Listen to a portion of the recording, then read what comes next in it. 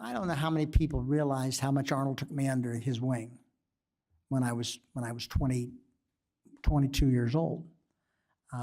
When I first started on the tour, Arnold was very good to me. In spite of having a gallery that wasn't so good to me, he was never that way. I've said many times, I said I may have had to fight Arnold's gallery, but I never had to fight him. And but he was very kind to a young guy starting out. I appreciated that very much. We had a lot of great times together.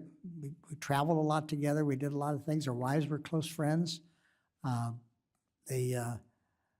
always loved. Well, here's something. I always loved what Winnie. Maybe Barbara said this. I don't know. I've said it very much. She said that she thought Winnie handled her life, Arnold's life, and their life better than anybody that she'd ever seen.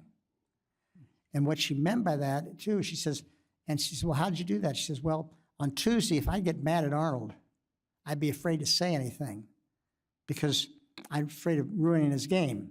And then when Sunday night rolled around and I could say something, I forgot what the devil I was mad at him about.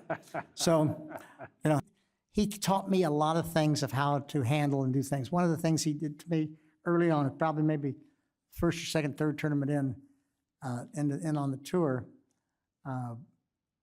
I asked him, I said, what do you do after a round? He said, well, I always drop a note, a sponsor a note.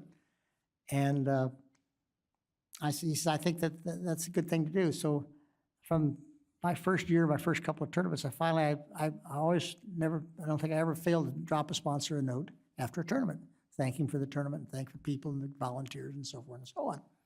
And in my later years of playing, I mean, that habit probably got relaxed with a lot of people because I've had a lot of sponsors come to me and say, Jack, I says, every year I get a letter from you and I don't get one from anybody else. And that came from Arnold.